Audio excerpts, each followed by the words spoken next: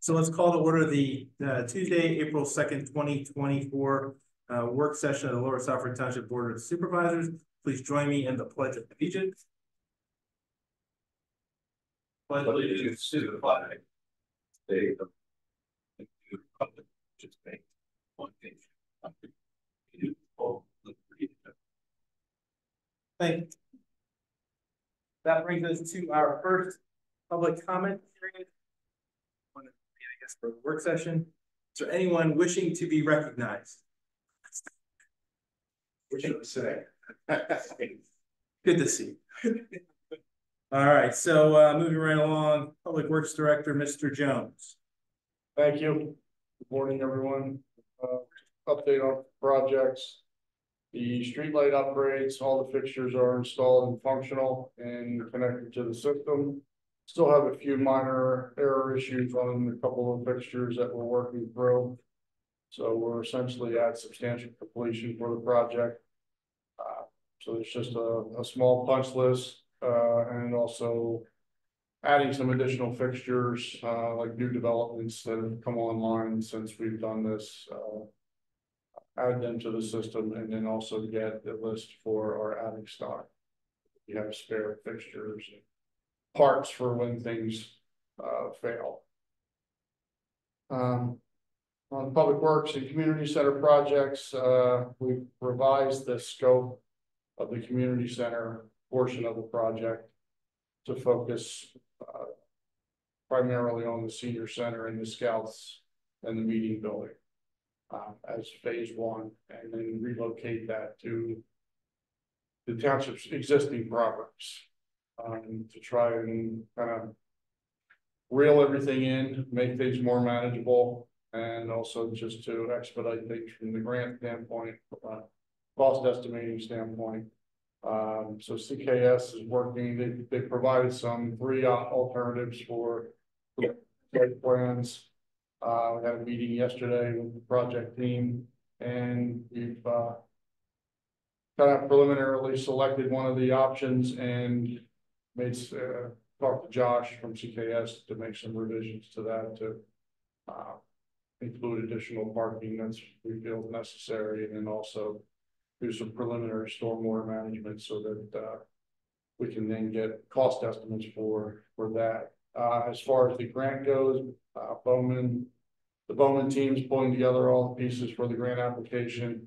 What we looked at, because of the restrictions of the grant, that anything that we apply for has to be open and functional by the end of 2026. We're focusing on the design aspects, the acquisition of the property, and then also just from a construction standpoint, just the site development, the site work aspect, not the building itself. So there really won't be anything to open, but we'd be finished that portion of the project hopefully by the end of 2026. Good. So that's where the focus is as of right now. So we got a little under 3 weeks to pull everything together for the grant application deadline. So working diligently on that. The Main Street Sidewalk project, still trying to coordinate a meeting with the Smile Realty team. So Stephanie is working on that. Our contracts, the bid award for the base repair and pavement markings has been moved to the May regular meeting. Just wasn't able to pull everything together in time for this month's meeting. The garage rental lease at 804 Harleysville Pike. We received the lease agreement from the owner's attorney. Unfortunately, the price that I agreed to with the property owner is not the price that's shown in the lease. So the attorney is arguing that the value of the space is much more than what we tentatively agreed to.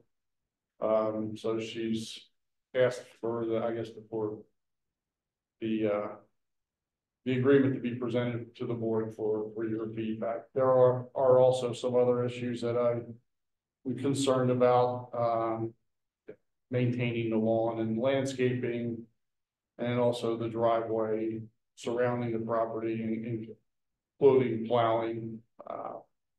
So it seems like it's a little bit of a one-sided agreement, which we would expect coming from the owner's attorney, and our solicitor, I don't believe, has had an opportunity to take a look He's at got a that. copy of it. He's looking at it now, okay. So I just want to get some feedback from the board. The price that we agreed to was $17.50 per month. And they're asking for $2,000 per month. Their argument is that they pulled comps for the area and, you know, significantly higher than that. Our argument has been that comps are irrelevant because it really can't be used commercially, Right. because of the zoning. So I just would be careful on that argument only from the standpoint of, I know we're the township and we can do things other than that, but if commercial garage space is renting for that, we had to replace that commercial garage. Like if we couldn't lease this and we had to go out and lease it somewhere else, that's a reasonable number. There's value there. There's value there, and I just would be careful with that strong, I just be careful of that argument. I mean, I get it. 250 is a month is real money when it comes down to it, but right. 1750 or 2000 for that much garage space. I mean, we can meet in the middle, or if maybe we do the 2000, but you don't have the plow and the maintenance, whatever. That's, I would suggest we focus on that, because I don't think either of those numbers is unreasonable for storage space when it comes down to it. I would tend to agree. And its location. The location, exactly. Well, yeah. Especially for the golf course. Right. So, okay. Yeah. So we'll have Andy look at it and then give him the feedback so that he can then make some suggestions and work with their attorney to. Yeah, will be more. The price per month's actually it's concerning on that. It's how far does the maintenance, the driveway, the other things. That's the thing that are developing. Yeah. They consider that maintenance. Right. You know, those kinds of things. So versus writing a check for $2,000 a month, it's done. If we could get the responsibility, I think, way ahead of the game, versus the additional cost for the monthly lease. Take pictures of everything. The video videotape the whole thing. Later, Sure. Trying to get out of the lease. Yeah. So, Then again, we never anticipate those maintenance things at the credit deal too, so it shouldn't be the negotiating factor. But you know, always like you know, they can say, well, you did this, you did that, damage wise. Oh, absolutely. That's what it was. yeah, When right. it comes to the deal, you know, I'm curious to see it. Yes. Yeah, we'll make sure we do that. And there's, you know, there is a second floor space that we don't have access to, so there's got to be some security language in there about our space versus any other space that might be available to the property owner or whomever, that, you know, we need to have, you know, language in the agreement as well. So I've made some notes and I'll pass them along to Andy, and so you can hopefully get this. So is the limited to just the area around the garage, or? Yeah, I think the language is 50 feet, a 50-foot radius from the garage.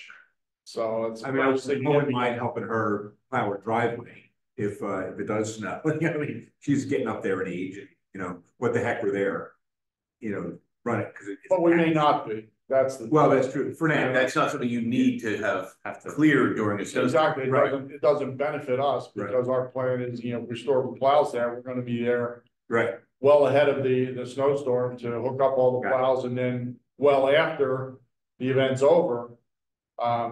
Could we do it? Sure, but I mean, I'm looking at this. There's other portions of the property that they're going to need to have a plow, so they're going to have somebody there just for their own access. Typically renting, someone you expect them to have that factor covered. But that's the nature of the lease. Yeah, but right. But yeah, that's not meant. That's a more of a long-term storage for us, not a everyday access. Correct. Right. Right. And there are some, like I said, there's some stipulations on obviously what we can and can't do, and it's not intended as to be a maintenance garage. It's just storage for, you know, overflow equipment, you know, and seasonal items, that kind of stuff, and you know, for the golf course to do some winter maintenance, you know, as well. So those kinds of things, and then obviously they're going to share in the cost of the lease. So. Doug, just one more question. What do you see as a timetable for this? I know obviously we're looking at expanding, upgrading the public works. This is just something that while we have the opportunity, let's go for it. I know One of the things that in terms of the lease is it's a 2-year agreement, because they're concerned about, you know, the ability to sell if something should happen to the occupant of the property. And not be locked into to a long-term lease. But yeah, I think this gives us the opportunity to obviously demolish the barn and the house on the golf course property. And then if there's a need and a desire to build an additional building on the golf course property, that move forward with that. And then that would become interim storage for both the long-term storage for the golf course and interim storage for public works as we hopefully move forward with the public works project, and it'll give us some additional space. So the 2 years is appropriate at this time. it might be a little short, and hopefully For now. Is there an extension, like built in like month to month afterward? there's no language in there for an extension, but that's. I would ask for that too. Yeah. That doesn't hurt them either if it's only a month to month. with Yeah, like and 60-day there's notice. an out clause for them. Yeah. You know, if they decide to sell, I mean, they gotta give us 4 months notice, you know, that kind of thing. But I guess yeah. that's what I was curious as, you know, if time comes, if we wanna, okay, now we have the space, how do we get out of it, but that all that might be. Yeah. So, okay, Thank you. we will move forward with that. Just an update on some department activity, the raw park improvements. All the playground equipment has been adjusted, additional parking's been installed. New fence was installed late last week, and the old post and rail was removed.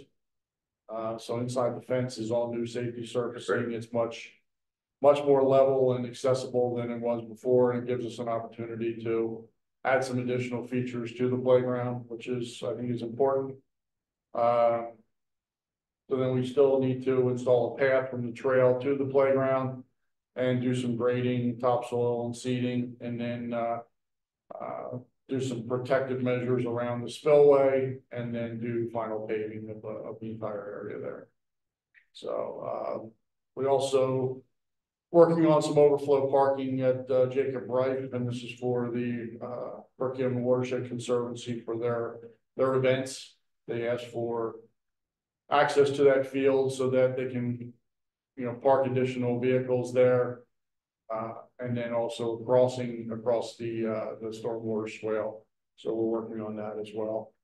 Is it just the access drive they're gonna park in the grass, or you? Yeah, we just built basically we were hoping to put the access on the top of the hill, but with the curve, there's site distance concerns that just not comfortable doing that, so we ended up putting it down lower, further away from the hill, and where we have adequate site distance in both directions. And then, but of course, it's, you know, the wetter ground and a little sloppier, so we basically did a stabilized stone entrance, and so that they can at least get up to the point where they're out of the mud, you know, when they're accessing and leaving. Clearly, I would think that, you know, based upon weather, they're gonna be observant of where they're parking. I know they've done shuttling in the past, but it's fine. We were in there last week, and then I think what we had a couple weekends ago, we had like 3 inches of rain. Yeah. So, and it was sloppy, but down low. But once you get up to the top of the hill, it was, you know, it was accessible. So I don't think there's going to be a real issue. I mean, unless we get rain like we're getting now, you know, then it might be a little bit of a challenge. But yeah, they're going to obviously monitor it so that take appropriate measures. It's not feasible to use that area. Trout stocking, we had our first stocking last week due to a scheduling conflict.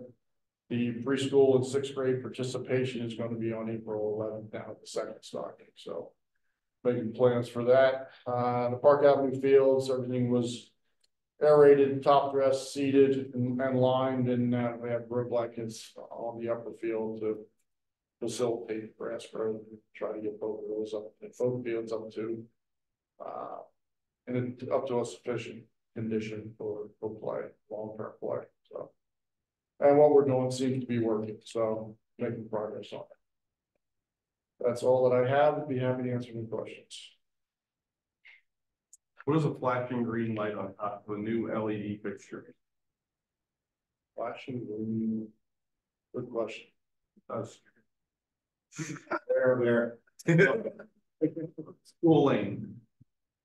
One of the fixtures has a flashing green. I don't think, it's a night. Is it one of our? It's one of the new. Okay. No, I didn't know that there was It's any flashing indicators on any of the fixtures. It's very visible. For distance. I'll check it out. Figured looking for anybody driving around. Figured green light means it's good. I think That's the only one that I'm aware of that has any indicator lights. Any other light questions for Mr. Jones? Glad to hear that. Thanks, Ray. Chief Medley. The only update I had was on the recent correspondence of the Yoder Cole. As far as the stop signs, that intersection is already heavily monitored. But I talked to Patrol Sergeant this morning about doubling efforts there. That intersection has always been a little strange for me because it was, you know, Yoder Cole was the main thoroughfare and got the benefit of the signage, and it's been tweaked recently because it does. If you're not familiar with the area, it's not a normal T intersection or a double T intersection. So the additional signage was intended to clear up some of the confusion. The traffic from the right doesn't stop, whatever. So, but that really, I mean, if there's a posted stop sign and people aren't stopping for it, that's different. So, just in reference to the gentleman's, we're aware that there's issues and it's already very heavily monitored. Great. The other stuff, you know, it's different. Yeah, the other stuff gets sorted out. Right. So I have. All right. Very good. Any questions for Tom? Thank you. Excellent. All right. Mr. Buki, building and zoning. Mr. Chairman, so far we've had 59 permits in the month of March. We are ahead of schedule with permitting so far this year as compared to last year. We have a short agenda for you tomorrow from a plan development perspective. The 196 Main Street initial use hearing you'll have tomorrow, and then since the walkable letter of feasibility study is now complete, the only thing that is left is acknowledgement and acceptance of the report. Won't be an approval or a disapproval. It's the end of the grant process, and it's the last requirement for the grant requirements. And that's all I have. Is it? Are they doing a presentation tomorrow night, or is it just purely passing the resolution? Saying that Close the grant out with DVRPC, and that's really, it's an administrative mechanism, quite frankly. Yep. Okay. Get that then. Yeah, exactly. Let's get the money. All right. Any questions for Mike? Hearing none. Mr. Jakowski. Thanks, Chairman. First item of the manager's report is the minutes for March 6th, 2024. Any questions, comments, or concerns? One thing I wanted to add. I know section D, Supervisor Shelley noted feel more comfortable waiting to advertise after planning commission has seen it one more time and all items have been addressed. While that is somewhat accurate, I wouldn't want a reader to be misled that I would just wait to see maybe there'll be a change. If we could indicate that the applicant indicated a change at the planning commission, maybe say he felt more comfortable waiting to advertise as the applicant indicated anticipated changes. Can you send me that line? Sure, just so the board sees, well, that's my indication. I have no problem with that. Yeah, we can send it to you today. Sure. Make a motion to approve those. No, you don't. Oh, sorry. Yes, Sorry.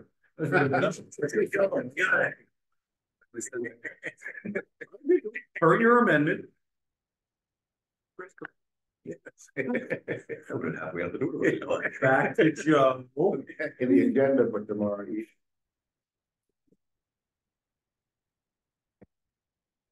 Seven, authorizing acceptance walkable letter of feasibility study. Again, this is not an approval or granting any movement as far as the study is concerned. It's merely a mechanism to complete the grant process and the township receive the funding for the grant. And for anybody in the audience tomorrow, the comment will be, this study is really just guideposts for future design grants, things along that line, like we discussed at the last meeting for a long moving thing. This does not require us to do anything more with it at this point either. Right. Yeah.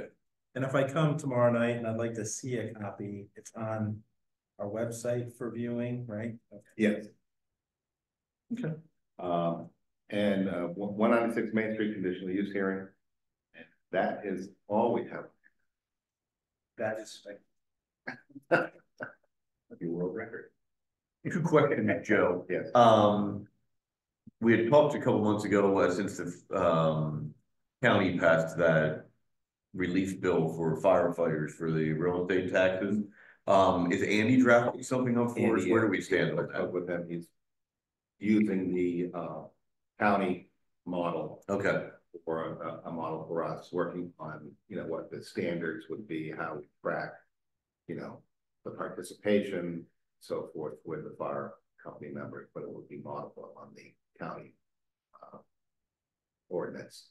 And we'll also include, and if the, again, because the board did mention this, the possibility of having either or both, depending on how we want to move forward, the real estate tax rebate or the earned income tax rebate. Okay. Okay. We're also going to see if we can look out for the renters as well with this, correct? Or Well, that's where the earned income tax. Yeah. Right, they apply. Right. Yeah. So if they're not a real property owner, they could get their earned income tax back. Yeah. Or I guess, is my 20-year-old a renter or is he just a leash that's still living? He's a volunteer. Yeah, right. The other one, the special projects coordinator, the Finishing up the job description. Okay. Have it done this week and hope to do some of the grad schools. That's what I was thinking. It's graduation season Right. coming up. Right. Good. Right. Good. Perfect. Sounds great. Anything else for Joe this morning? We have need this morning for executive session. And we do not, so I'll move that we adjourn. Second. Moved in second, all in favor, say aye. Aye. Opposed, say nay. Motion carries. Macy, floating around, there's a